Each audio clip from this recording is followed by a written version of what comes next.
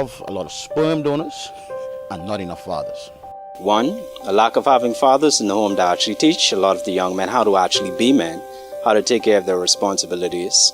Because they didn't have that male figure in their lives to show them what it means to be loved or to show them love, period. They in turn have not been able to reciprocate or show love to their children or to the loved ones in their lives. And the evidence of that is seen in the high rate of crime that we have in this town. The second part of that would be Bahamian women.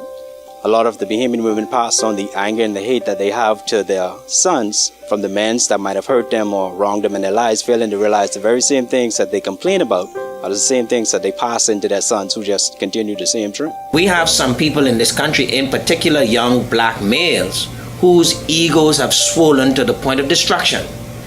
They identify so totally and completely with an image that has been created of them. This boy don't play. Him, he don't play. So he and don't and play are him. They are one.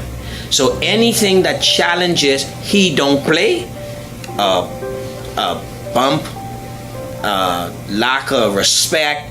Now his ego is so vehemently opposed to that offense that getting rid of the offense by way of murder is not a challenge.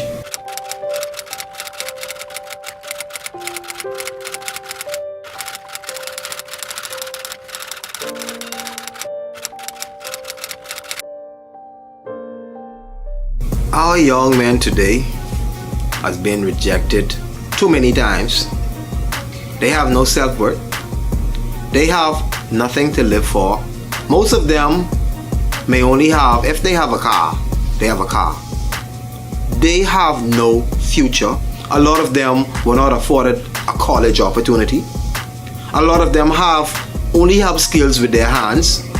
And some of them, because they've been rejected so much, are not respected. They have nothing to be respected for. They're going to be respected by negativity. Okay, you can't respect me otherwise. You can respect me when my gun is down your head. You can respect me when I kick down your door 3 o'clock in the morning and take everything inside your house. Such a phenomenon is happening all around the world, actually. You can see there's an outcry of men seem to be violent. In the Bahamas, there's a minority of men doing violent crimes. The majority of men are actually hard-working out there, thugging it through. So I don't think the Bahamian male itself is in crisis. But we do know that boys and men are allowed to get away with violence more than girls and women. And so I think that creates a culture and a world in which men's violence is not only considered normal, but it's considered natural. And when that violence is imparted on other men, but also when it's imparted on women and girls, it's just seen as that's the way men are. And I think that's really troubling, because it, again, like denies the fact that men can't control themselves. It denies the fact that men can look at another human being in a kind of equitable manner. And it suggests that manhood always is going to be predicated on the kind of oppression of another person, and particularly someone who is seen as inferior, like women or like gay men.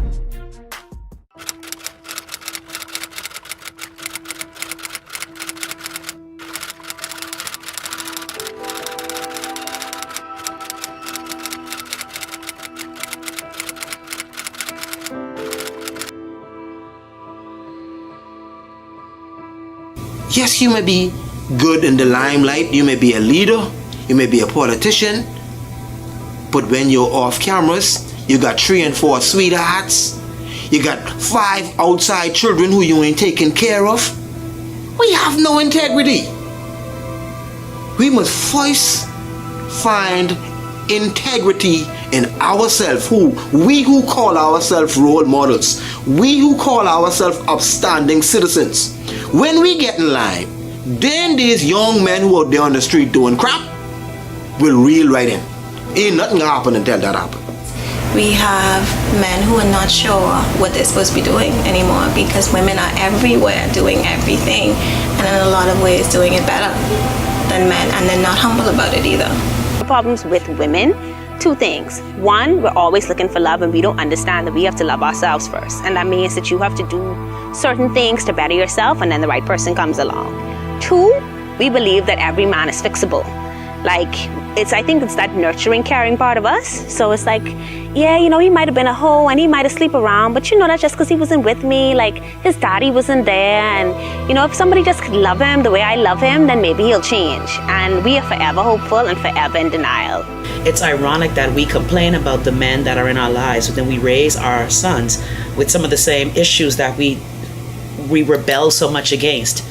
Yes, there is a man shortage, especially. And when I say I'm thinking options, there are very few viable options. Yes, we do have a man shortage, most definitely. I see it just about every place I go. If you are an intelligent woman, if you are a strong woman, if you require a mate, a partner, someone who can grow with you, help you grow, achieve things with you, then yes, there's a shortage of men with those qualities. And not that they don't have the ability to show these qualities, I don't think they see the need, they don't feel that drive. Well, it forces women to learn to share a man. So you see that, or especially if they're looking for a particular type of man. And those particular men are limited, so they have to learn to share that particular man. Women often say, there ain't no men out there. That isn't true. What a woman saying that is, she's saying there aren't a lot of alpha males out there.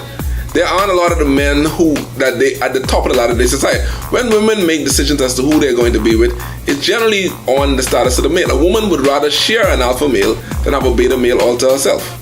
It is unfortunate because this deficiency or this man shortage has led to, I think, more so of a gender inequality, a mix-up of the gender roles, because now with less men being available, the men that are available, have more women to choose from, so they don't necessarily do what they used to do to pursue a woman to get a woman, and on the other hand, the females have become more aggressive because it's like, there's only one man to every 10 women, something like that. That's just a statistic I threw out there. That's not necessarily true. It seems that way though. It's like you have more women or girls who are willing to lower their standards, right?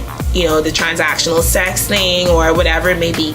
So the men get used to that kind of behavior. So when someone like you comes along who has morals, who's not into that transactional sex and all that other foolishness, they ain't on your run because there's another girl who's willing to do that, and they know that.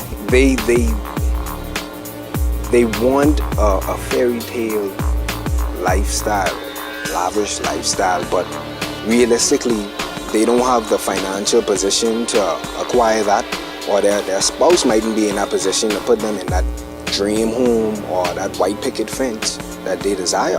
If you grew up in a home where your mother was the breadwinner, where you watched her struggle and work hard to provide for you, that becomes your norm.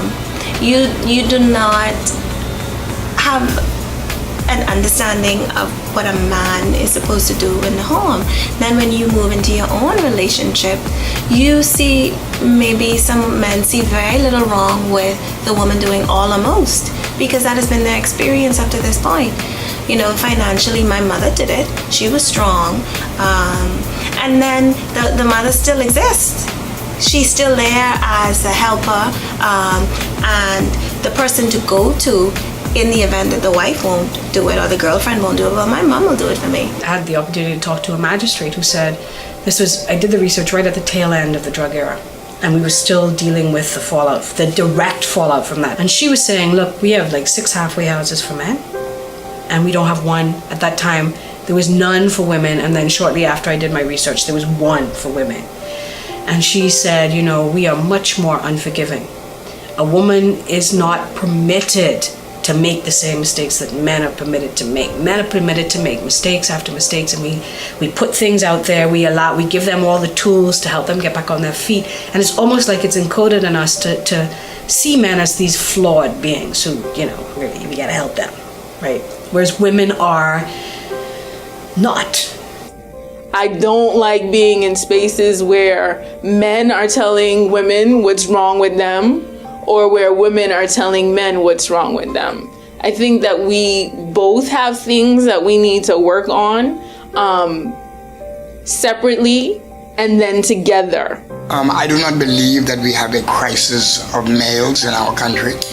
Number two, I actually don't believe that the statistics will bear up under the weight of claiming that women are achieving at a greater rate than men. In fact, let's start with the field of obstetrics and gynecology. Men dominate that. The legal fraternity, men dominate that. And of course, at the apex of power in our country, it's a man's world in terms of lawmaking in this country. Women run the country. Women run the country. These men are being voted in by women. These pastors are being supported by women. It's women in the civil service, in the offices, filling the offices. It's women in the schools. Women are running this country. A lot of these women are perpetuating dynamics that you wouldn't necessarily associate with feminists or feminism or femininity, but women are running this country. Men do what they do because women give them permission to do it.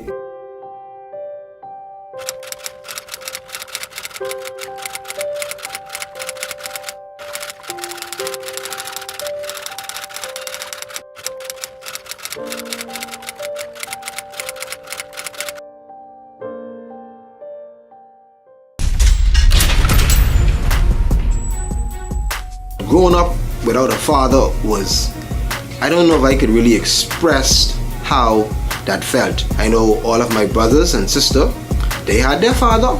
He was there. I was the only one who was like an outcast. All of my friends at school who I knew, they had a father. And I yearned for my father. It was hard. It caused me to rebel. It caused me to act out. It caused me to do stuff that I know was in me. But I was doing it because I needed that father. I needed to know my identity. Who was Utah? Utah Taylor? That's my mother's last name. What is my real name? What is my real heritage? Where am I from? Who am I? My mom had 3 kids before she got married, so of course, me being the oldest, I know he wasn't my father. We liked the fact that he was interested in our mom, because hey, I wanted a daddy. But he was not the type. He was an okay fella. He stayed to himself, but he wasn't the father that I would have wanted. Even if he was that father, maybe I would have given up on looking for my biological father. I wanted someone who would hug me, who would let me sit on their lap, who would look at my work, who would say, "Good job, son. I like what you're doing," or teach me how to do things that I didn't know how. But I didn't get that from Papa.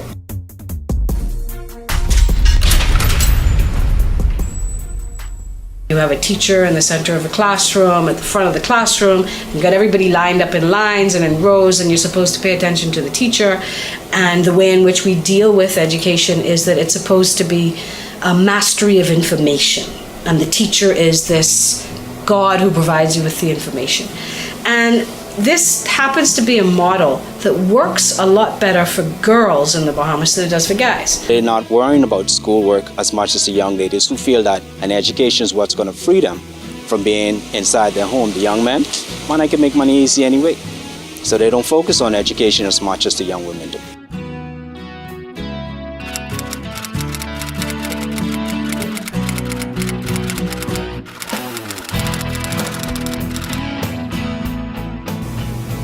A young man, a boy, drops out of high school or is kicked out of high school in grade 10 or 11. He's 15 years old. He goes to a hotel and gets a waiter job. The hotel hires him. Fine, good. What happens next? Nothing.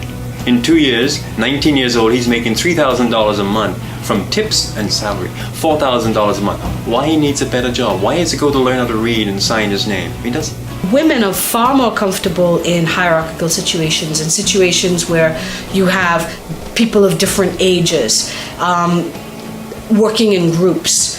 not questioning the information they're being fed. This is how we have socialized young women, to listen to their mothers, to obey their mothers, their grandmothers, to be very polite, to be very conformist, to be very aware of society's rules. This is not just a Bahamian thing, this is a West Indian thing in general. This is based in the US, but I think it's very applicable here as well.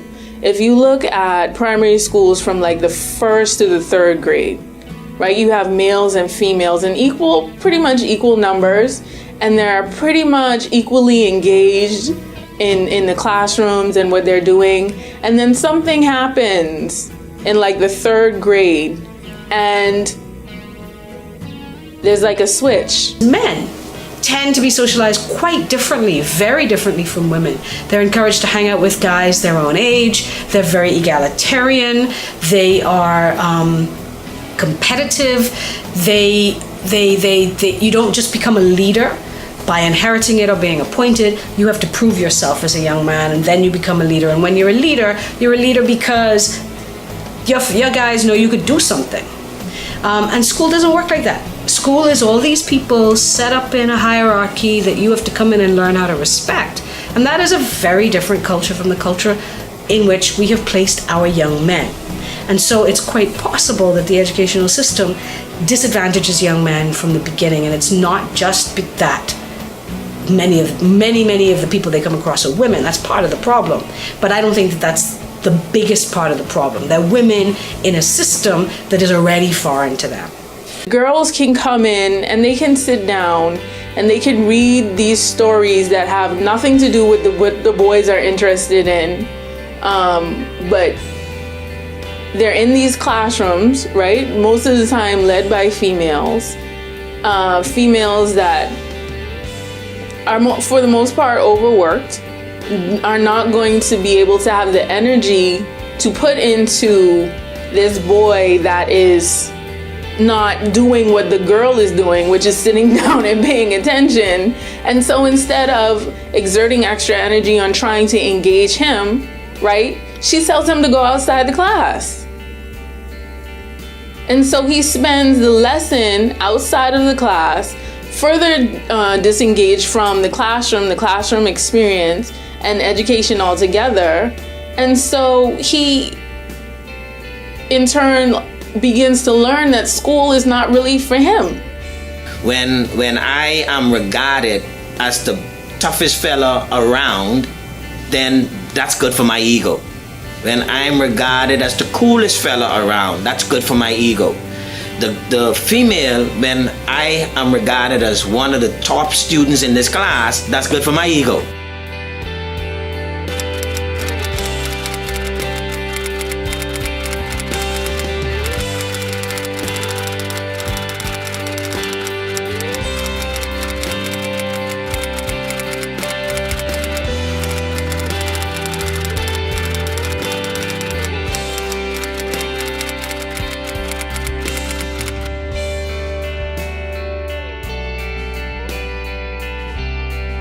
My little brother, for example, is an athlete, and a very good athlete at that. He's now actually playing for a school in the United States, high school, and he took the opportunity to go off and further his career because that's what he wants to do. But prior to him taking that step, his thing was that he never wanted to be acknowledged by teachers in front of a class. He just didn't want it. He would prefer for you to tell him, well done, on the side, but not in front of people. Now, if he did something outstanding in basketball, then the world needed to know. And it always concerned us because like I said, we're from a very studious family. Why is it that he's rebelling? Is it because his sisters came there before him?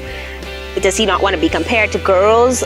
And then you realize that in his peer group, it's just not cool to be smart.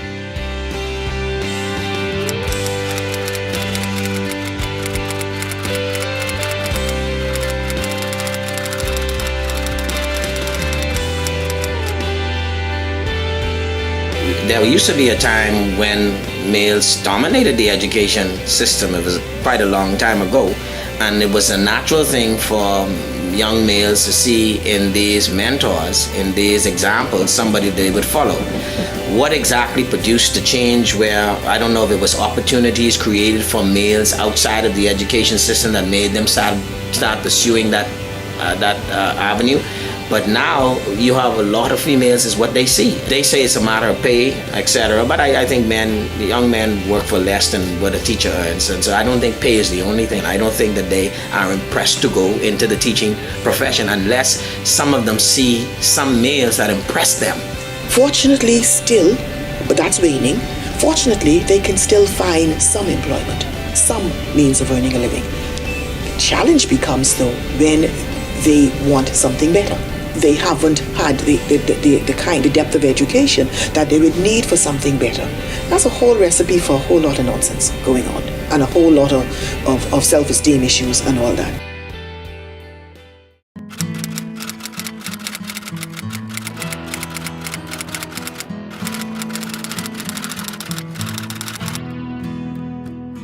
If a man is not appropriately masculine, we say that he's soft. It's okay if a woman is soft, because a woman's supposed to be soft. But a man is not supposed to be soft. And the things that make a man soft are reading, writing, talking correctly, using the language, using English as opposed to Bahamian Creole, or using English where nobody's paying you to do it. We're subtly encoding the idea that intellectual achievement is somehow foreign to the true Bahamian self, and it is also not masculine.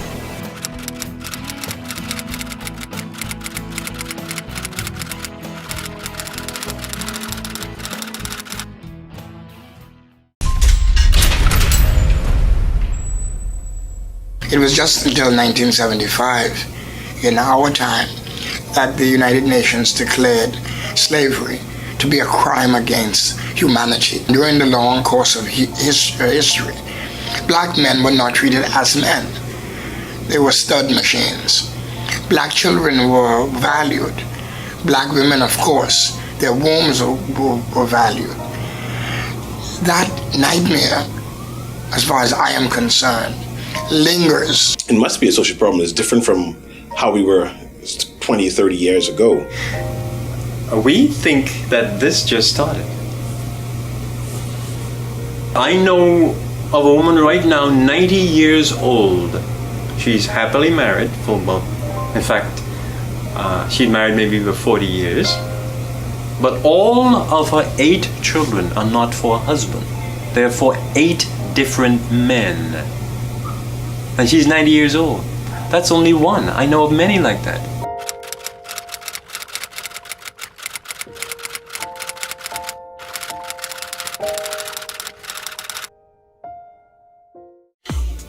I think part of the reason is it's the fault of both the men and the women. A lot of men aren't taking their responsibilities with the amount of children they're having and actually being a part of their lives. And a lot of the women aren't making good choices with who their sexual partners are. Get to know the man. Don't just be ready to jump on the joystick. I mean, if you already have 2 baby daddies and then you're looking to have 2, 3 more added onto that, it got to stop somewhere. Like, I listened to this radio show and they were talking about this girl wanted to do like the 90 day rule with a guy she was going out, meaning she's not gonna have sex with him for 90 days. And so of course all the men were calling in and expressing their opinions, and honestly I would say 8 out of 10 of those men, their response to that was, well, if you don't sleep with me for 90 days I ain't giving you no money for 90 days. And I'm like, really? It's like sex equals money. And that's why we have such a terrible rate of success among marriages, because they were based on conditions. The condition was, you keep me happy and I stay. Well, I'm not happy, so I go. A genuine relationship says that I see your divinity.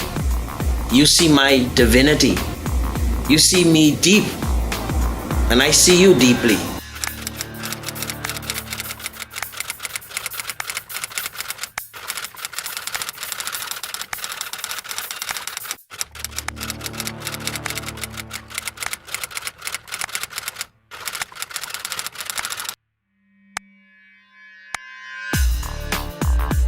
Is it negative? I don't necessarily think it's negative. A lot of strong men and women came out of single parent homes. I think that the problem now is this with their support. You should be to be an extension of a family. Now it's just that mother. There's no Grammy, there's no uncle to add additional support, and that's where the lack can come. Not necessarily that she is growing the children up by themselves, but additional support. You would tell your child, your daughters, don't get pregnant. Don't embarrass this family. That's how you're teaching. Don't embarrass this family. And the Bible say don't do it. Things like that. But you never really gave real intense meaning to the value of personhood.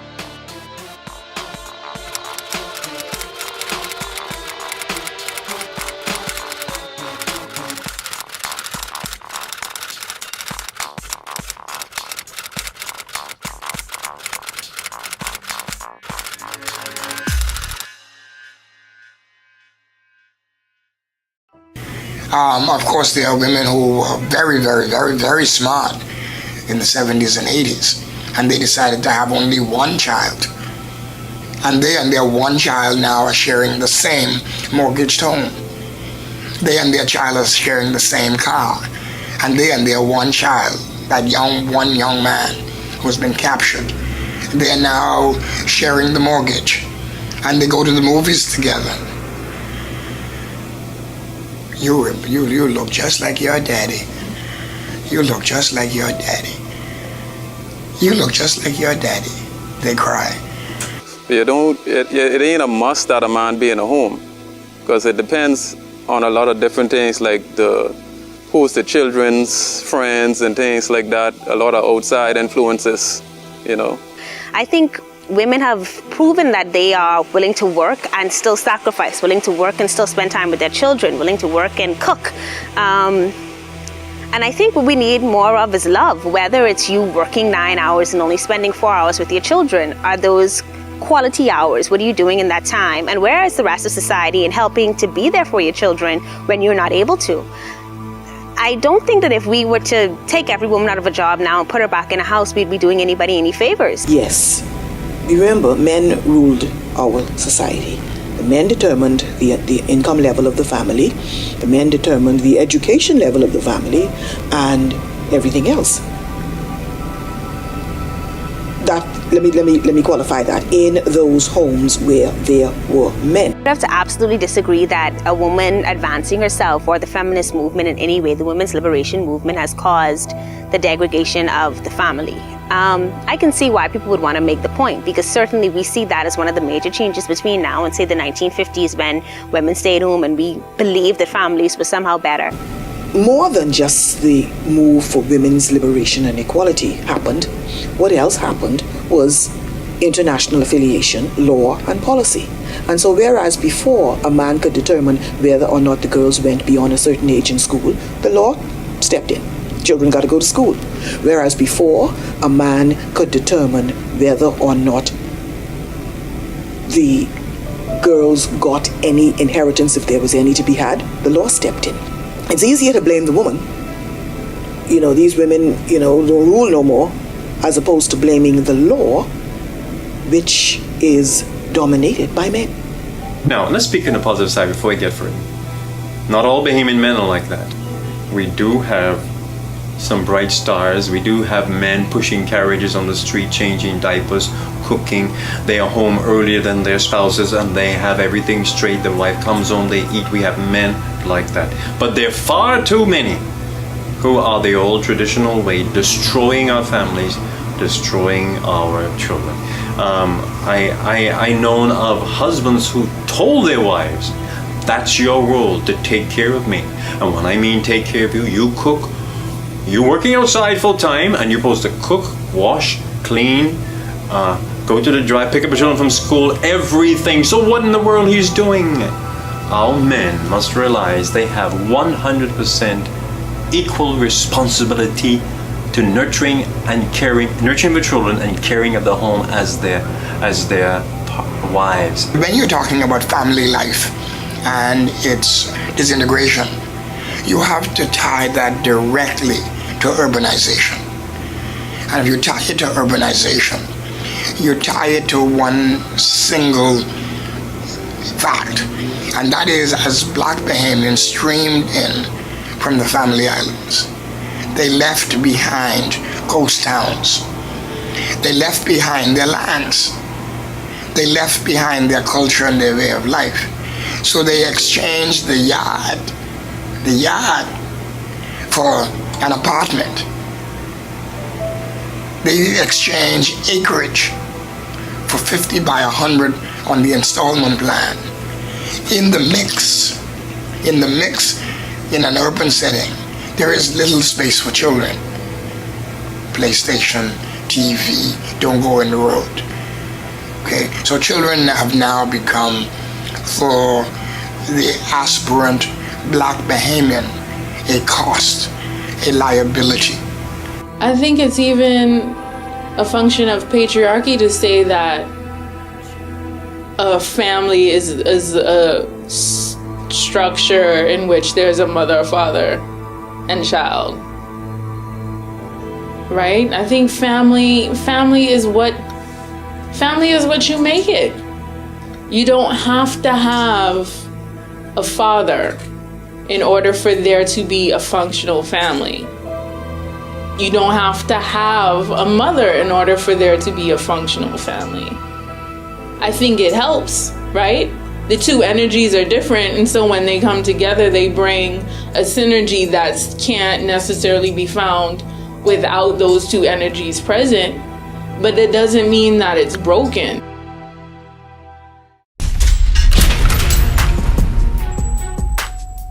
I needed to know who my daddy was. I was persistent. I kept asking. Eventually, mom gave me a name and told me he lived in Nassau. I searched the phone book to find his name, and I tried to make contact. We didn't have phones in our house at that time. My grandmother had a phone, but you know what it was? If I made an overseas call on a phone, I can get my hip there. So I resort to writing a letter. I sent this letter, and there was no response. Letter after letter, no response. This was when it really started to tell on me. I really started to act out. I fought with people. I picked fights. I as a matter of fact, I even got in trouble with the teacher.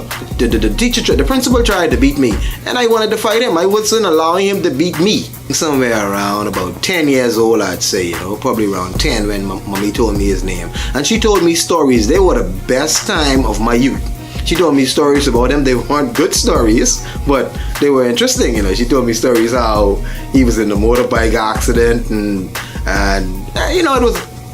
She had painted him to be a negative person, I must say. It was a lot of negative stories because she was upset the fact that he was not checking for his child. What he's saying is, hey, I taking responsibility. I in charge of the situation. I taking over. Or if I were to say to someone that I is man, I trying to let them know I in charge, I run things, and man could be man. We could do what man does do.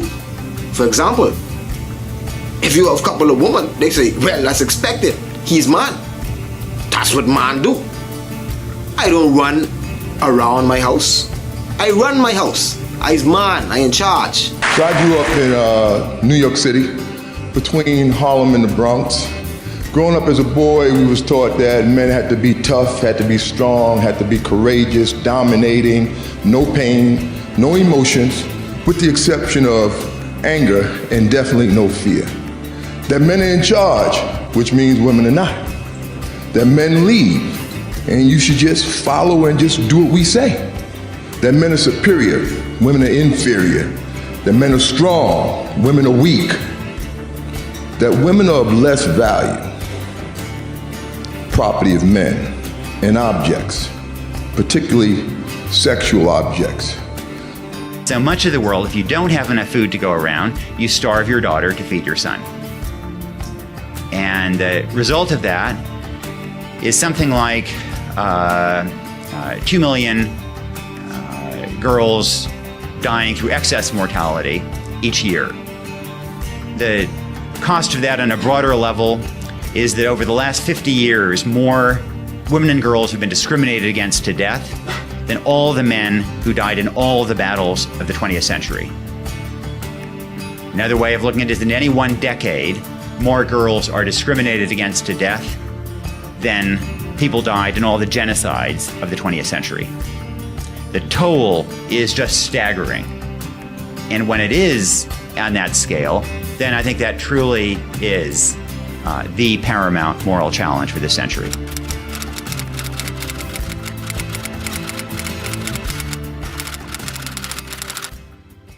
So we then have to ask ourselves the question, what is it that the feminine virtue brings to the table of civility and socialization that the masculine virtue doesn't bring? And I think the scary part of it is the description feminine virtue is itself a misnomer. Not feminine virtues. They are virtues that tend to be more manifest in females for some reason. Virtues like sensitivity, virtues like lack of aggression, calmness, virtues like empathy. I've later come to know that to be the collective socialization of men, better known as the man box. See, this man box has in it all the ingredients of how we define what it means to be a man. Now, I also want to say, without a doubt, there are some wonderful, wonderful, absolutely wonderful things about being a man. Well, at the same time, there's some stuff that's just straight up twisted. And we really need to begin to challenge, look at it, and really get in the process of deconstructing, redefining what we come to know as manhood. The man box, I think, is another way to articulate how this dilemma of what it means to be a man, what it means to be a man in America, what it means to be a man in the 21st century is something that denies boys and girls, but in this case boys and men, their full humanity, the full potential to be emotional beings, to be expressive beings. And also it kind of points to the ways in which so much of like how manhood is constructed comes at the expense of girls and women. There's an old saying that pressure bursts pipe. And you'll see that perhaps this is why we have all this crime and this aggression and physical and emotional aggression. Men tend to have hurt feelings. They have feelings like everyone else. And if they're not showing it, you can see that explosion. And we see a lot of crime against women. He falls down.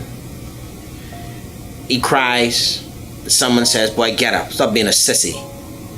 What that has done is it's said to his ego, identity, maleness, no cry, no hurt. He wants to talk about work. He wants to tell you what's happening there. And he'll actively seek your advice. But personal problems, what else is in your head, what might be going on with us, these are not topics for conversation. You may get yes or no answers. You may do most of the talking. But to get him to interact with you, to dialogue with you, it's not gonna happen. Anything other than work, it's not gonna happen. Is that like there's a man box, and then within the man box, there's like a black man box, you know, that I think is even smaller. And then I think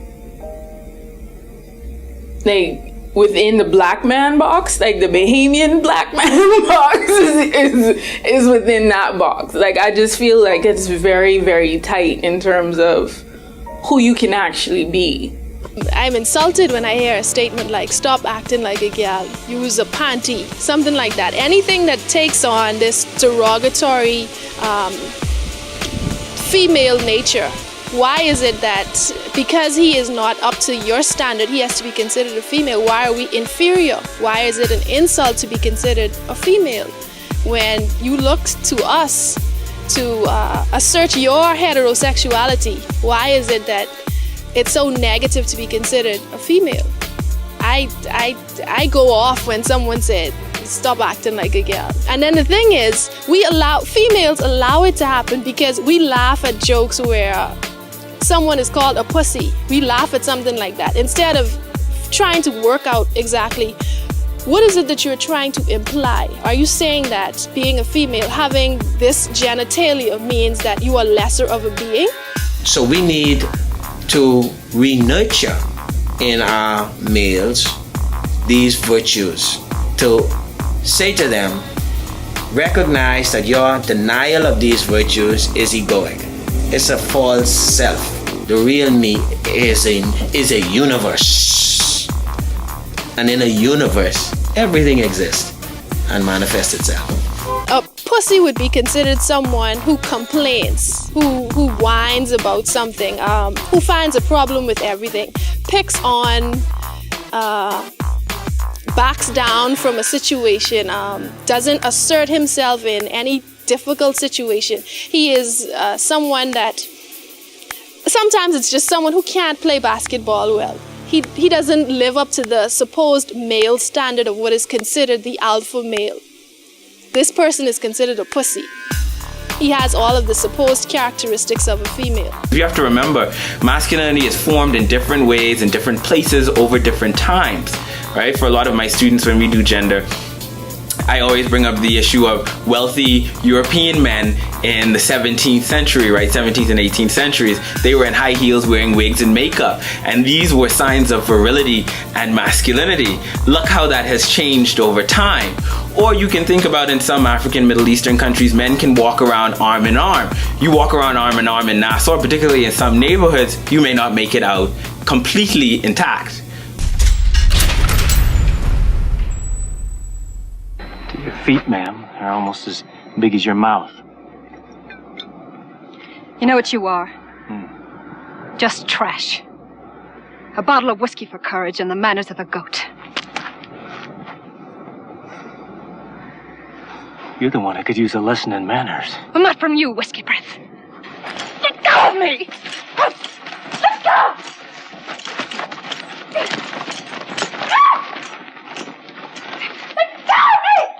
High Plains Drifter is one of those kind of iconic American westerns that really has served problematically to define the American hero.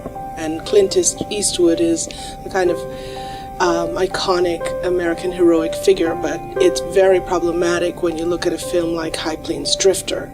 About 13 minutes into the film, he rapes a woman very casually. Let go of me, you! Put me down!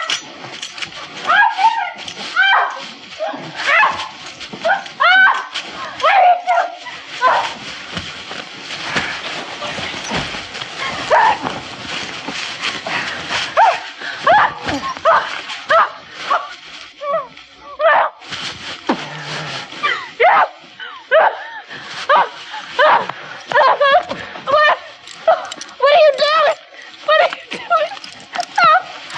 If that's not bad enough, there are some very, very disturbing aspects of the rape itself, because she struggles and then halfway through she embraces him and everything sort of changes in a really deplorable kind of way. There's also another man who is watching, so there's this voyeur, and we ourselves, of course, the audience, are a kind of voyeur. So our association with this figure who is, looking at the back of the barn, and also the angles that we have at the end of the rape. He's buttoning his pants, and we have this angle from her point of view looking up at him, and then we have the angle from him looking down on her. And then he walks out, and the next thing he does is say, bring the horse into the stable, like put him with the other animal in the stable. So all of these images and the ideas that undergird them are incredibly disturbing and problematic, especially as they are tied to the idea of this figure as hero. There was a great outcry by critics, by feminist critics, with this film, and there still is. There's still a going conversation about the ugliness of the rape and the message it sends about how, for one thing, rape can teach women a lesson that you can use rape to teach women their place. Also the idea that if you're being raped, just lay back and enjoy it. These kinds of narratives that are reinforced by a film like that have to be challenged. The 1991 Sexual Offenses and Domestic Violence Act in the Bahamas actually says that the offense of rape does not apply if you rape your spouse. And that's the way it's defined. The negative impact of rigid family traditions combined with rigid religious views, the result is always abuse. So the bill in 2009 proposed just to remove those words, who is not your spouse, so that you could actually legally rape your husband or your wife.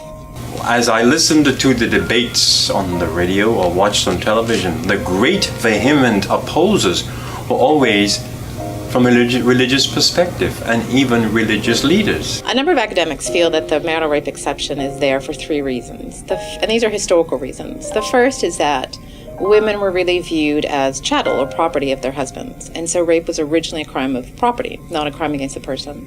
The second is this concept of marital unity, that when you get married, the wife becomes part of her husband, and therefore a husband can't rape themselves. And the third rationale is really this concept of irrevocable consent. When you marry, you give your consent forevermore to have sex with your husband or to have sex with your wife. And I would ask simple questions like, can a man kill his wife? Oh yes, of course. So then the bridge to that, how can he rape her? And you see, what gets me too is that I would ask that question having just come from a client who had to go to the hospital from bleeding, and she's a wife, a husband has just raped her in their shower. That's not a myth, that's a fact. And I'm not the only one that deals with such things. There was a tremendous level of distrust that was exposed, a tremendous level of conflict within Bahamian marriages, just from the initial reaction, which was so strong against removing this exception. And even in the research that Kathy and I did, we found very little support for the victims of marital rape. The image of rape as violence, which it is, was really underplayed in the newspaper reports. Apparently, we have been raised to think of the genders as competitors, not complementary. So, with misuse of scripture, again, and social rigidity, we have trained our boys to think that they are better than, more important than, and more powerful than the females, the girls. It was all about women and gender equality as a zero-sum game, so that any gains made for women would mean a loss in rights for men. And what we found in some of the newspapers that reported this concept of abuse towards men if you withhold sex, that a man's reputation if you lied and they're brought before the courts, that insult to the reputation was equal to or more important than a woman's right not to be raped. Bigger than the political tribalism, though, for me on that one was the issue of the influence and the concerns of the guilt thrown by, again, the Judeo-Christian fundamentalist religion sector of our community. And women then, again, we retreat to our, into our religion corner.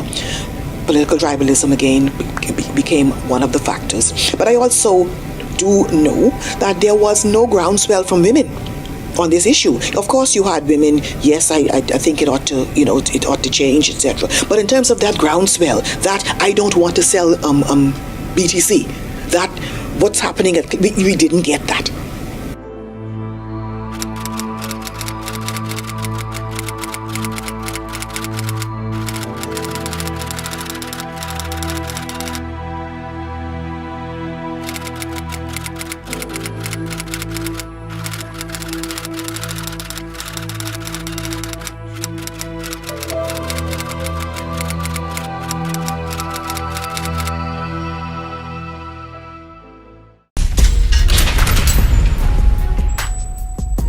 After I graduated from Ellen Copley in Exuma, I came to Nassau Was supposed to go to college, but that's my first chance off the island, first chance away from mommy. I rebelled. I totally rebelled. Joined the gangs. I did also sell drugs. I did all kind of negative stuff. But eventually at 21, I met this guy who my mom told me was my father. I met him at a church service. And when I saw him, that was one of the worst days of my life. This man did not acknowledge me as his son. This man spoke to me like he knew me as an old family friend. In his words, how your Uncle Junior doing? How your granddaddy? But how about you, Utah? How are you doing, Utah? 21 to 33, I tried to develop a relationship with this man. On Father's Day, I would call my father and say, Happy Father's Day, Daddy. When it was his birthday, I would buy him a gift. I would call him. I would call just to see how he was doing. But he still treated me as if I was just a friend. You know, nothing intimate. And the day I was tough and rough, like I was a soldier. But in the night, I cried. And at one point in time, I even gave up on God. I stopped praying. I didn't believe in him no more. And my Aunt May, she saw the show and she reached out to me and she said, Utah, I can see you're really hurting. He is not sure that you're his son. Utah, I know you're his son, but I think you should do a DNA. And we went and did this DNA. And the DNA came back 0% parentage. That was the second most worst day, or the most devastating day of my life.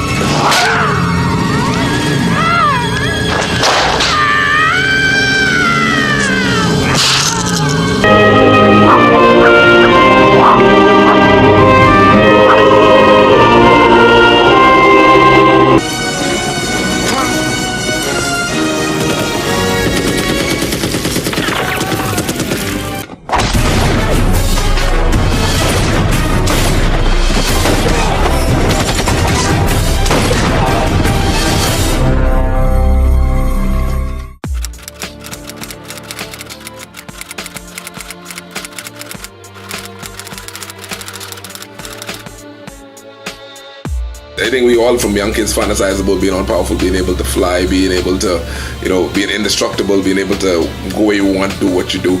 And so it isn't surprising, I don't think, to me that we all, we appeal to this uber male, the sense of a man who can do anything, have any woman, be anywhere, do anything, and indestructible. So it isn't surprising that men are really drawn, I think, to that kind of thing. They really represent our fantasies, our willingness to be able to do as we please. Everybody has now reasonably concluded that media plays a significant role in terms of identity formation, because we have come to, inside our societies, to rely on media in just about every phase and aspect of our lives. And so the terms used are usually our lives are mediated, or the mediation of our lives, because media has now influenced the way that we think about all aspects of who we are as human beings. Send your woman off to the romantic Bahamas by herself? By herself to the Bahamas?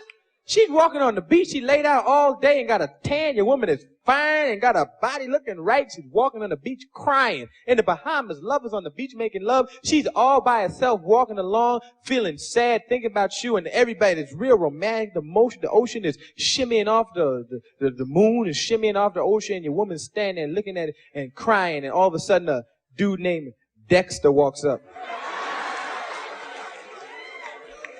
Dexter St. Jack. He walk up swinging his dick.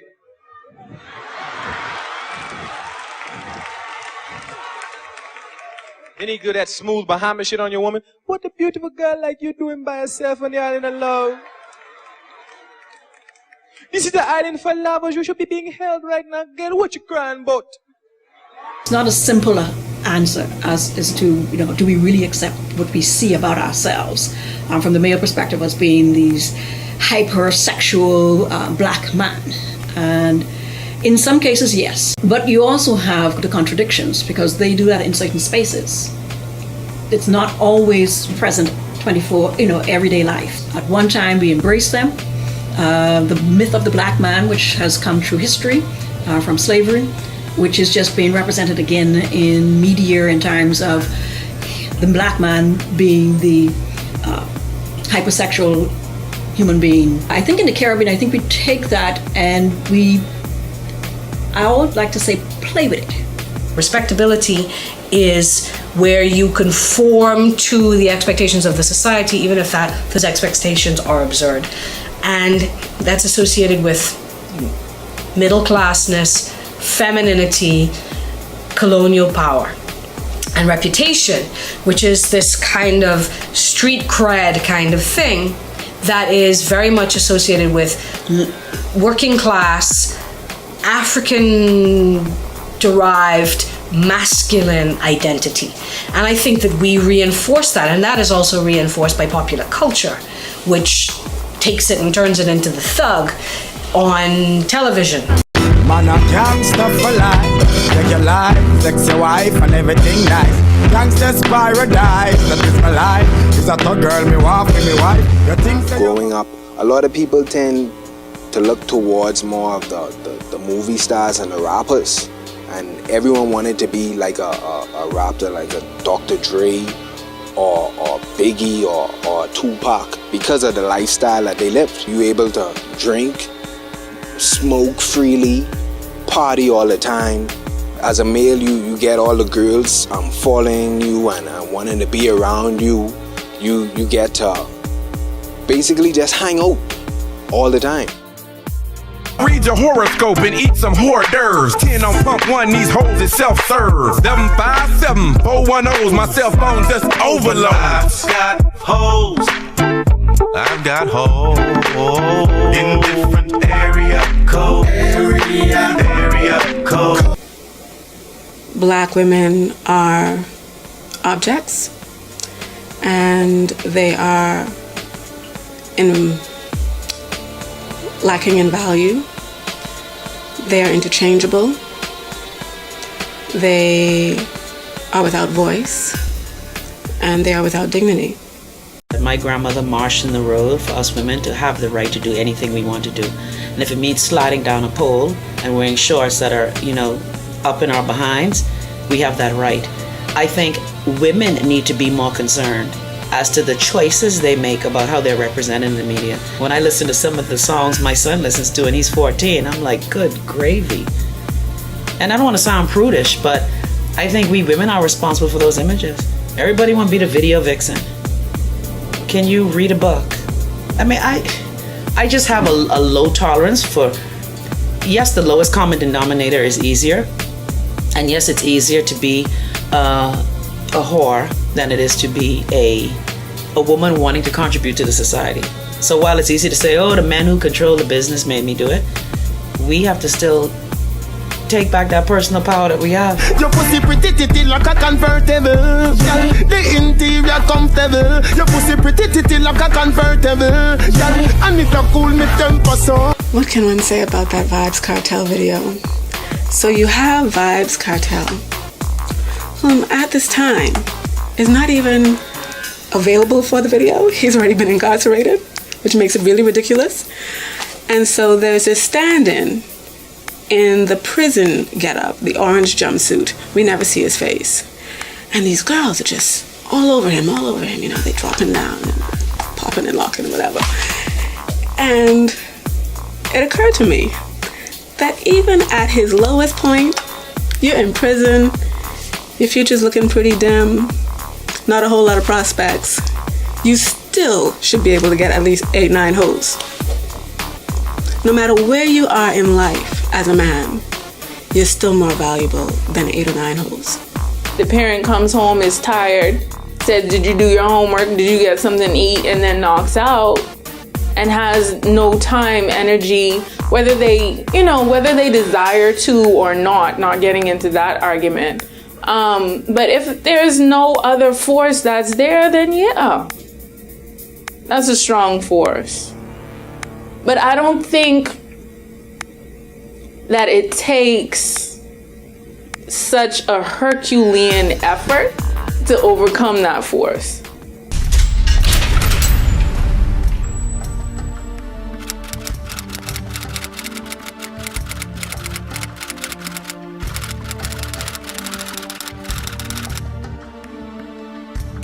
Where they going? We don't want that. What is our society coming to? This is the thin edge of the wedge, and all of that. That was, the public outcry. We know, of course, of the demonstrations and the we don't want them here.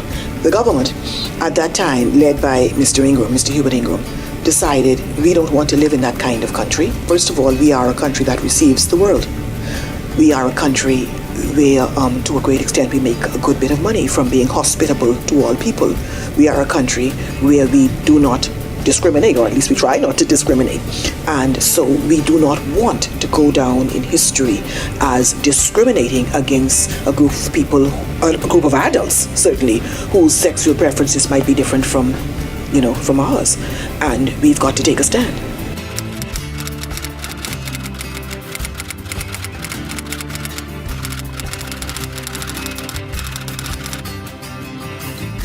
The gay rights movement, although we would say started locally, there's been a gay rights movement from the late 70s at the very least. The attempts to equalize the community in the law, I think, is more about an external requirement for participating in the international financial community and maintaining our position on top of the tourism totem pole. It has nothing to do with the cries or the fears or the lack of safety for gay Bahamians on the ground. It's about ensuring that when tourists come to visit our country, they will be safe and their rights will be recognized.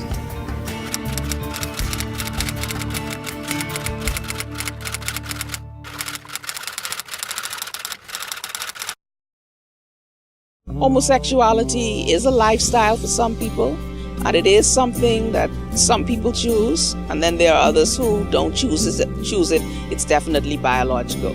Okay, I feel that with those individuals who, they were infants and they just knew that they weren't quite wired like other males or females, etc., being attracted to the same sex, okay, that is definitely something that was biological, okay. You have, however, certain individuals who they were attracted to the opposite sex all their lives, and then, let's say, for instance, a male treated her really badly, and so then she's sworn off men, and it's like, oh, well, now I'm just going to deal with women. There's always this big argument about born versus choice. I just think that to be gay in this society, you would have to endure such a cross that a lot of people aren't willing to bear that cross. Again, you don't want to stand out. Again, we will punish you for standing out. You lose your place. You lose your regard. You could lose your fortune. And I guess we're all about self-preservation, and so we're not going to come out, out of the closet and say, and we're a very small society, and so the Bahamas is not unusual that way. Very small societies, people are a lot more guarded in their reaction and their public responses to certain things, especially if their innate behavior is contrary to what is considered good public ethic. And so and we know in our society, we know them. We know, or most of us know who they are, in just about every sphere of endeavor. I'm not sure I blame them for being quiet. And this is another very complicated issue, because one can make a sweeping statement that gays are disempowered in the Bahamas, but we all know that that is not true, right? Perhaps out gays have a much more difficult time here in the Bahamas. Perhaps poor black gays have a difficult time here in the Bahamas. But we do know that there are wealthy Bahamian gays who are in seats of power across this nation and who are going about their day-to-day lives, going to wine with their heterosexual friends, speaking in parliament, at the top of business here in the Bahamas, and they are by no means, at least in my opinion, disempowered. And we all know, again, we're such a small society. Not that we know, empirically know, but we talk about these things, we see people out. But I don't understand how you could pretend all your life and not be who you are. That must be a very sad existence. We go in social events with them, we work side by side with them, and there's never no animus. But I think we still have to pretend. When it comes to public, utterances at public positions, we have to pretend as though we have some animus. When we're honest and you talk to people one-on-one, they say, yeah, well, I know that fella over there, he's gay, or I know that girl, she's a lesbian.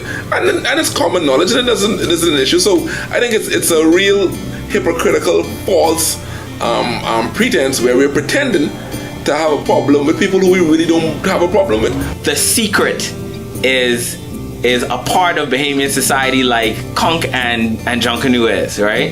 And Bahamians are quite comfortable with you being a particular way in this false private life while being another way in the public life. And in fact, they respect you for keeping those things private, right? That has nothing to do with them. They don't want to deal with it. He's doing his job, right, etc., right? But if somebody is honest, right? If somebody is living openly, then all of a sudden we have a problem. The experiences of violence that gay men have are worse. They're physical violence. For women, it's slightly different. It's psychological. And I think a part of it is that men are not afraid of gay women in the same way that they're afraid of gay men. And in most instances, I say, what is a lesbian? Lesbians don't exist, because women were made for men. And that's a cultural attitude here in this country. That, oh, you could do whatever you want because when the time comes, you will be ready for a man. But I mean, whether you're ready or not, you will be ready. For a lot of gays and lesbians across the world, marriage is the kind of benchmark for equality, right? That's a little problematic for me because marriage is essentially heteronormative, patriarchal in its construction, and I'm still waiting for women to get over marriage altogether. You know what I mean? While I am supportive of everyone's right to be who they are, as a black woman, I have a hard time with folks who equate gay rights with women's rights and civil rights. And it's not a popular view, I know that, but I have a problem with that. Anti-discrimination is important here in the Bahamas, though, and hate crime laws are important. Yes, you don't hear about gays and lesbians being fired from their jobs because of that, or I'm not being promoted. People stopped me in the street and said, I've been denied a promotion for X amount of years, not because I'm not good at my job, but because I'm gay, and they found that out. Or I went to interview at a position and the person said, I'm not hired. We don't hire people like you. Where are we going to put you? You can't be in the front of my business. Sex is a sacred gift of God. I can no longer justify an aberration of it in somebody else's life than I can justify my proclivities to go beyond my marital boundaries. Every man here who's an able-bodied man will tell you temptation stalks you every day. Does it have anything to do with your love for your spouse? Probably not, because you can love your spouse with 100% desire to love the person, but the human body reacts to the sight, entertained by the imagination, and gives you all kinds of false hints that stolen waters are going to be sweeter. They are not. They leave you emptier. So a disposition or a proclivity does not justify expressing that disposition and that proclivity. That goes across the board for all sexuality. I don't care about your religious feelings about marriage. That has nothing to do with me. What I'm interested in is the political, social, and cultural rights of each citizen in the Bahamas. And for me, the idea of a contract between two people that the government upholds so the government can protect your property, so the government can ensure that you have access to this person when they're in the hospital and they're dying, to execute their will, to ensure that their funeral arrangements are done properly. That is what is important to me. If churches want to marry gay people, great. If they don't, oh well.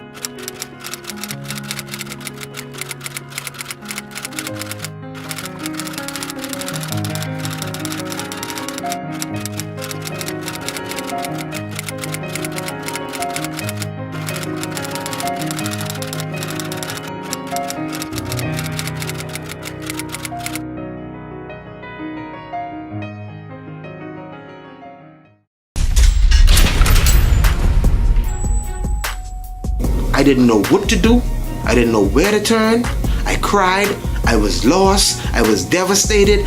I was just about ready to give up on life. Then I remember going to the prison to visit someone, and 2 prison officers stopped me and said, "What are you to charge roll?" I said, "I'm a tailor. I don't know charge roll." And as I walked off, they said, "Boy, you gotta be charge roll, son. Look, even the same walk." At that time, it was not important. I didn't think charge roll was a nobody to me. I didn't care about no charge roll. And then another time, a female prison officer came to the hospital where I worked at accident and emergency, and she said, "Are you a roll?" I said, "No, ma'am, I'm a tailor." I was annoyed now, keep hearing about this role. As a matter of fact, I didn't want to be a role because I say everybody in the Bahamas is a role. I don't want to be no role. But here it is now. I have no other lead. I gotta follow up this role lead. So one night, working in accident and emergency, I spoke to my colleague, Tamika Seymour, and I told her the story. I showed her the DNA results, and she said, and I told her how everybody keep telling me that I look like this Charles Roll. And she said, "Do you know Charles Roll has a daughter who works right here as a patient advocate?" I said, "Which one?" She said, "The tall, dark one." I was like, "Wow, you mean Lachelle? The one who I used to rap to?" I called Lachelle. She told me, "Well, you know, my father." It could be true. So they said my father was a player when he was younger. This is her words. They said my father was a player when he was younger. She said, "Well, you know, he's the deputy superintendent at Her Majesty Prison, and he's also the pastor at Mount Nebo Union Baptist Church. You could reach him at anyone." So after 2 weeks, I put on my best suit, got a nice shave, got a fresh robe, and went to Mount Nebo Union Baptist Church, me and my fiance. I walked up to him and I said, "Excuse me, Mr. Charles Roll, you know, a lot of people keep telling me that I look like you, and I just did a DNA with the guy who I thought was my father, and he wasn't. Now, my name is Utah Taylor from Georgetown. I know you from Exuma as well." So he went on to say he knows my mother very well, but because I asked him if they ever had any dealings. I said, "I want to know if you ever had any dealings with my mom, if you all had sexual encounters." And he started to stammer. "Well, you see, I know your mother quite well, but no." And I believed him.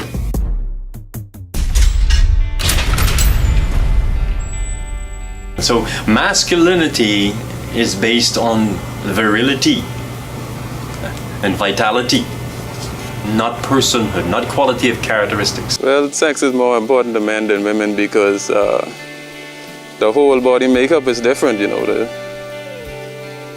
The women, they just there. The men, a lot of blood just rush downstairs and just leave upstairs empty, so they just have to get back to righteous thinking some kind of how. So I believe I know Bahamian men that are faithful to their wives and girlfriends, but it seems so ingrained, so instituted. It's just kind of like what you do. And I've had men tell me, married men tell me that I should date married men, you know, because he can give you the attention that you need. You have to go out and have children, and we sort of gloat over or are proud of men who have multiple children. That's the way multiple children with multiple partners. That's the way we talk about it. It is a playing on and a guise on a performance that we have. Did you see black men who are taught to do that from they are very young?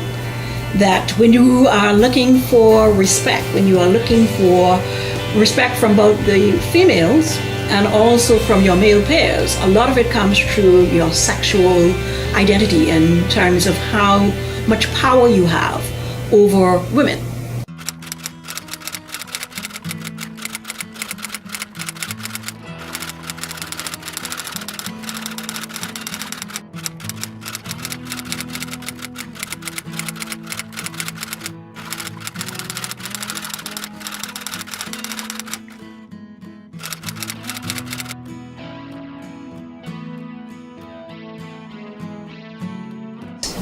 When one actually looks at the African polygynous family structure, the male is by no means absent. The male is very present in that family structure. Yes, the man has wives and many wives and different women, but the man is at the center of the compound. They live together in a compound, and the man is there.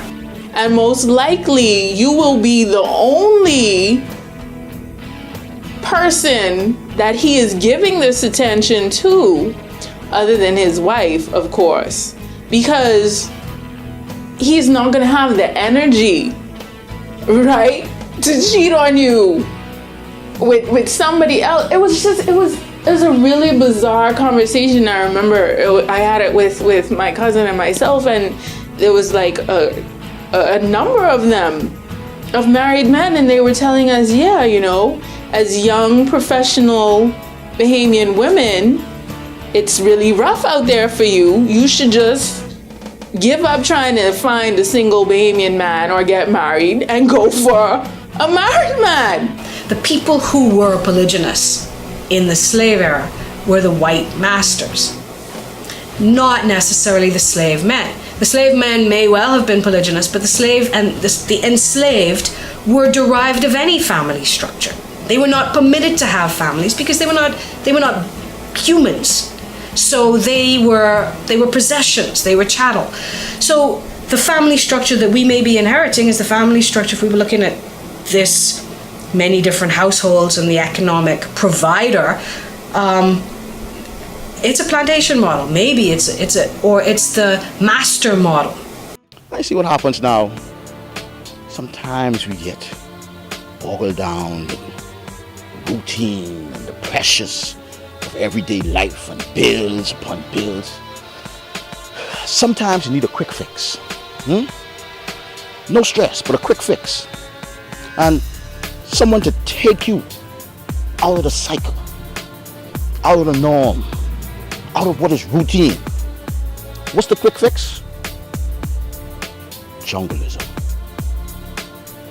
If you were a man of means, a white man of means, you were nobody if you didn't have your wife with your internal legal family, who happened also to be white, and you're reproducing the ruling class. But you also had your mistresses of various colors and your children of various colors.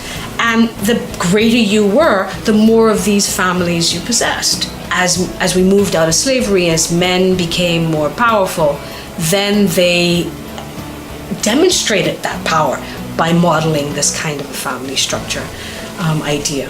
And it was just like so matter of fact, like that, they really believed that was logical. Like that makes sense, you know, because all men cheat. So why not just go with the one that cheats less, I guess. It's even confusing me as I'm talking about it right now. And it's something, again, that is not just manifested in the Caribbean. In the Bahamas, it happens throughout the Caribbean, and so much so that it created a whole, or it engendered or spawned a whole philosophy about Caribbean society, the plural society model by M.G. Smith, who says that, you know, you have these tiered societies, and in the upper class you have the traditional nuclear family structure. At least it would appear that way.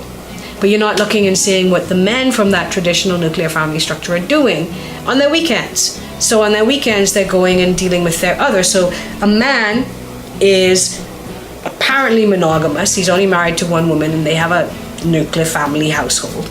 But he is also creating a polygynous series of households as well, which he may then go and visit. And this is a marker of middle classness and upper classness. As a man, you display your manhood by your ability to get more women. And then sweethearting is kind of like the ultimate display of that, when you could buy your wife and your sweetheart the same car, right? Or put both of them up, or put both of their children in private schools. In the working class, you tend to have liaisons that happen maybe serially, maybe because a man who is not very wealthy, certainly in the traditional structure, is less likely to be able to keep many women. Man, if you love your girlfriend to ya, but you're not get this slam where you want. Only for things can go on if you don't look at some place, girl, on beside car. I get to get Islam. Me kind of girl who no feel about she man. A junglist to me, and let me get this clear now, I am by no means the authority on jungleism, but a junglist is a female who knows what she wants and is assiduous in pursuing that which she wants and utilizing Malcolm X's theory by any means necessary to get what she wants. And my brother, she getting that. You know, if you want to think of the stereotypical one, she has a lot of weaves, she has multiple color weaves, she has gold caps on her teeth, she has a tattoo on her neck, you know, and she probably has a child who she leaves at home with her mom, and she's out in the club and she opens a Guinness with her teeth, and she gets on the head top and dances in the nightclub. And of course she deals with any conflict in a very, very direct and open and an engaged way. And she is the girl who you may sometime want to have fun with, but you certainly wouldn't want to be seen out in public with her, much less to take her home to mommy. So I think that's sort of that's the picture of the junglist. And this is somebody who will be stuck in a muck job for the rest of her life at best, and just destined to have kid after kid after kid for different men, and really move no place in her life. Women who wear bati riders in the middle of the day in Nassau are saying, we already know the time. Your boyfriend has told me that the thing that drives him the most is women in tight shorts, and I will give him what he wants to get what I want. And while your ladies are in church and pulling up your stockings and in the hairdressers, pion around, I have identified the true source of my power and the true source of his desire. And I'm not playing any games. I'm not going to say, baby, I love you love me, you give me $200 to fix my hair. No, I'm going to put on the poom poom shorts and I'm going to walk up to him and say, my babe, you have $200 I could use? I mean, there's this honesty in it. And there is a sincere reading of the society. The junglist wasn't just from the lower class. The junglist was anyone who had the power and the confidence to take on that identity in any space. You can be a businesswoman in the daytime, and you can be a junglist at night.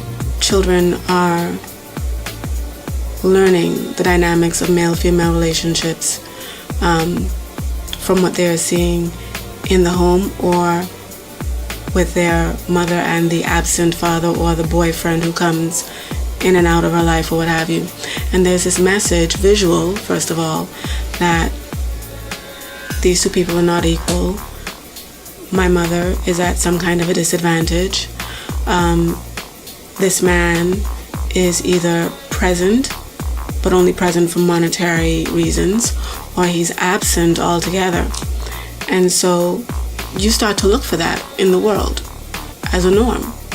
You're expecting a man to either be present for monetary reasons or absent altogether. To people who say, oh, that's a cutter special, you know, all these girls, they just cutting for bamboo shack. Well, I say to myself, if you live in a house with 7 people and only 2 of you are working, and somebody offers to buy you dinner, because the sex would have happened anyway, because sex is a natural act and people get excited by each other and want to achieve gratification. And the brother said, well, do you want anything to eat? Then yes, I will get a thigh snack and I will take it home and I will share it with the other 5 people waiting for me to get home. And yes, I will take a Blue Mystic. You know why? Because it is a big drink. It ain't a 12-ounce soda and I could share it with 3 people. She need to get the rent paid, huh? How she can make that happen? But I'll tell you how she can make it happen. She going to get her hair done. Get some weave put in. You understand me? Different colors. She's going to get her nails done. And the nails can match the color of the weave. And the outfit, what she going to go buy. You understand me? And she going to the club. She ain't going to work. She going to the club. My brother, you better believe she can get this thing done. She getting that rent paid by any means necessary. Did I say she going to work? All depends on how you define work. Huh? Oh. And there are a lot of women who are counseling their daughters and telling them outright, look, this is what a man is going to do to you. This is what a man is going to want from you. And this is how you're going to have to protect yourself. So you come into that arena defensive. You come in with strategies, and some of those strategies I think are what we now refer to as jungleism, and your relationship with men becomes about survival of the fittest before you even have a chance to really know a man.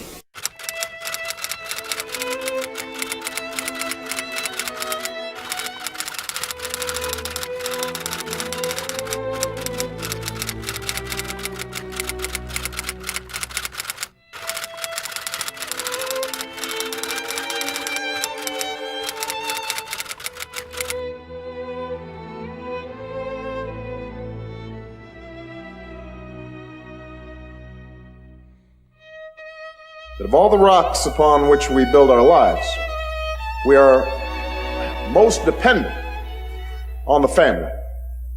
The family is that most important foundation.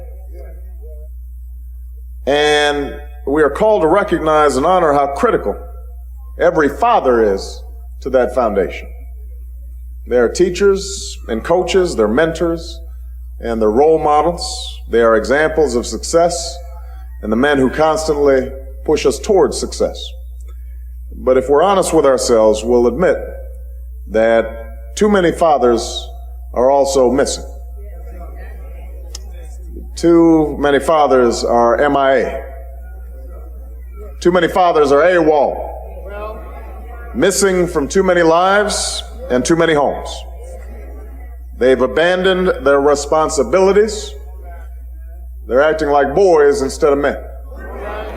And the foundations of our family have suffered because of it. You and I know this is true everywhere, but nowhere is it more true than in the African American community. We know that more than half of all black children live in single parent households.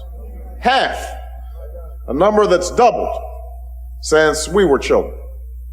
We know the statistics that children who grow up without a father are 5 times more likely to live in poverty and commit crime. They're 9 times more likely to drop out of school. 20 times more likely to end up in prison. They're more likely to have behavioral problems or run away from home or become teen parents because the father wasn't in the home. The foundations of our community and our country are weaker because of this. Then Senator Obama's speech, I think, resonated with a lot of people because there is a disproportionate amount of single parent households amongst African Americans in America, right? So that there is a sense that fatherlessness, as it's called, the kind of crisis of fatherlessness, or the absence of fathers within the actual, everyday households of their children, is seen as something that leads to the overall kind of economic instability of the African American community, but also is another way of African Americans not fully living up to the kind of obligations or the standards of citizenship. Instead of thinking of the deficit model of African American fathers not being in the households, let's think about all the things that it takes to actually create a kind of white masculine or white male father's presence. And it takes a lot of different things. It takes like economic stability, it takes job opportunities, it takes an extended social network, it takes educational resources, and it also takes a criminal justice system that does not disproportionately incarcerate white men. We live in a country in which brown and black men are more than 60% of the prison population, and yet we know that African Americans are 13% of the U.S. population, and African American men are less than 7% of the U.S. population. So I think, what would it take to create an environment in which black men could flourish as fathers is a more interesting question and a more important charge, I think, that now President Obama can provide to the United States. What happens is some males just don't want to be there. They don't want to be locked down with that one woman. They wanna continue having fun. They ain't trying to get married. They want a child, but they ain't trying to get married or anything of that nature. When I think of the word father, my uncle and my grandfather comes to mind. My father is still alive and he's a good man and a great man, but our relationship didn't develop until we got to where I am now at age. But the men that really grew me up and instilled values were my uncle and my grandfather. They were hardworking, they were serious disciplinarians, but at the same time, they also knew how to make me laugh. They taught me how to dress and also what it was to not be afraid to make choices, even if you make a mistake, and to make up for it if you did. I grew up until about 10 with my father. And when my parents split, I still felt like he was the best man in the world. Even though he used to drink, he used to smoke, he used to be out gambling and stuff. But the little bit of time that he spent with us, he was like shooting marbles with us and things like that. And it did make us feel really attached to him. So when the split happened, that tore me apart, but I still was able to keep myself together and keep moving forward.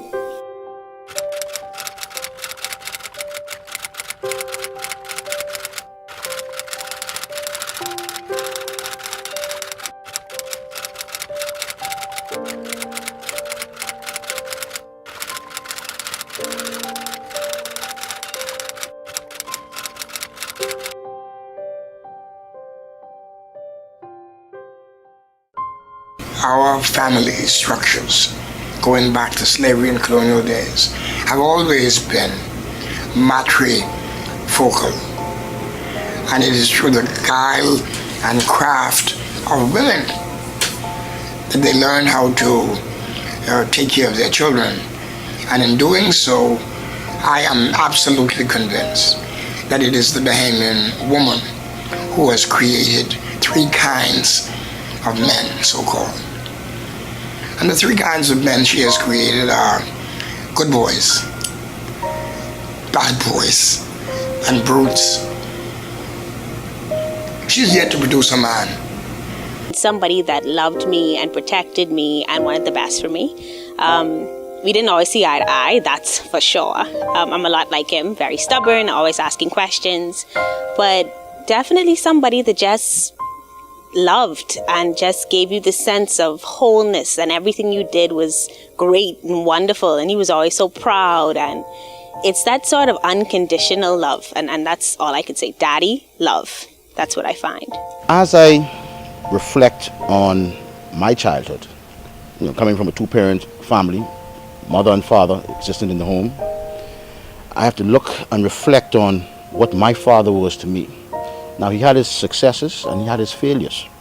And maybe those are strong words to use, but they're two opposite ends of the spectrum. And for me, where my father was successful, those were the same traits and characteristics and attributes that I wanted to, in turn, exhibit to my children. And where I felt he failed me or was inadequate, is there I chose to personally put in place things that would help me to strengthen those areas so that that same void that I felt, my children would not feel. So the next day I went up to the prison and he told me, since we last spoke, he remember he took my mother out dancing one night. I said, hold on, I need to know the whole story. I just want to know. In my words, I said, I just want to know if you hit it. He said, well, yes. I said, well, good sir, kind sir, would you kindly do a DNA test with me, please? He said, he has no problem doing the DNA, just allow him to talk it over with his wife. And that was like, I think that was a Tuesday or so, and my show came on that Thursday. I later heard that him and his wife watched my show, and when she saw me, she was like, Charles, you can't run from that. And on Friday morning, Mr. Charles Roll, the Deputy Superintendent of Her Majesty Prison, phoned me and told me we can do the DNA. And that next Monday, either Monday or Tuesday, we went and we did the DNA. And the DNA results came back 99.6%. My parents had a very wise approach, I feel, towards parenting me as a divorced couple. They divorced probably before I was even 5 years old. But what my mother appreciated was the importance of having a father in the life of a daughter. mainly because she did not have the advantage of her own father in her life growing up.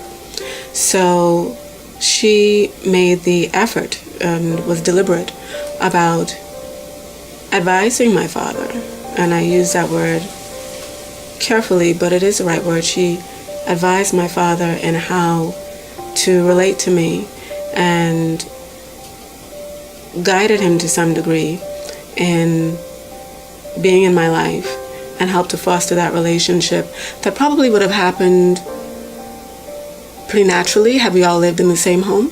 But not living in the same home, she somehow knew that she couldn't expect it to happen by osmosis. To all you young women out there who may be watching, yes, there may be a situation, there may be an issue or a story surrounding that situation that you may be ashamed of, or you may not even know. But think of your child. Picture yourself as the child, not the adult. The hurt that the child is going through, the desire. It took two people to make that child. That child does not only have your blood flowing through his or her veins. The father blood is in that child. The father put the seed there. So the child is a part of that father, regardless if the father is a dog, a bum, a robber, or a killer on death row. That child should know who his or her father is. Allow them to put that to rest. As a result of her doing that, my father was there for all of the significant events of my life, and he was there on weekends to take me out. He involved me in his work life. I got to know his family members almost to the same degree as I got to know my mother's family. I can say that my father was my first date. My mother organized that. When I turned 16, she coordinated a dinner date that my father took me on, and so I can say he was my first date. One of the main things that having my father in my life so consistently did for me was that it shaped my approach to men who were not my father. He set a standard that became the lens through which I saw suitors and friends. Not that he set an unreasonable standard, but he gave me a baseline on how I ought to be treated, what I should expect in terms of respect and dialogue, and also having him around in many ways eliminated my searching for a male to validate me, because my father validated me all of my life. Finding my father is good, but finding the relationship, the love, the attention, the affection that I wanted from a father, that had yet to come. And God is good. Reverend Dr. Charles Ephraim Roll is everything that I ever dreamed of and prayed for and more in a father. He's been all of that to me from the day that DNA result came back. My father has shown me that love, the equality with my other brothers and sisters, the attention, everything that I could even dream of or wanted.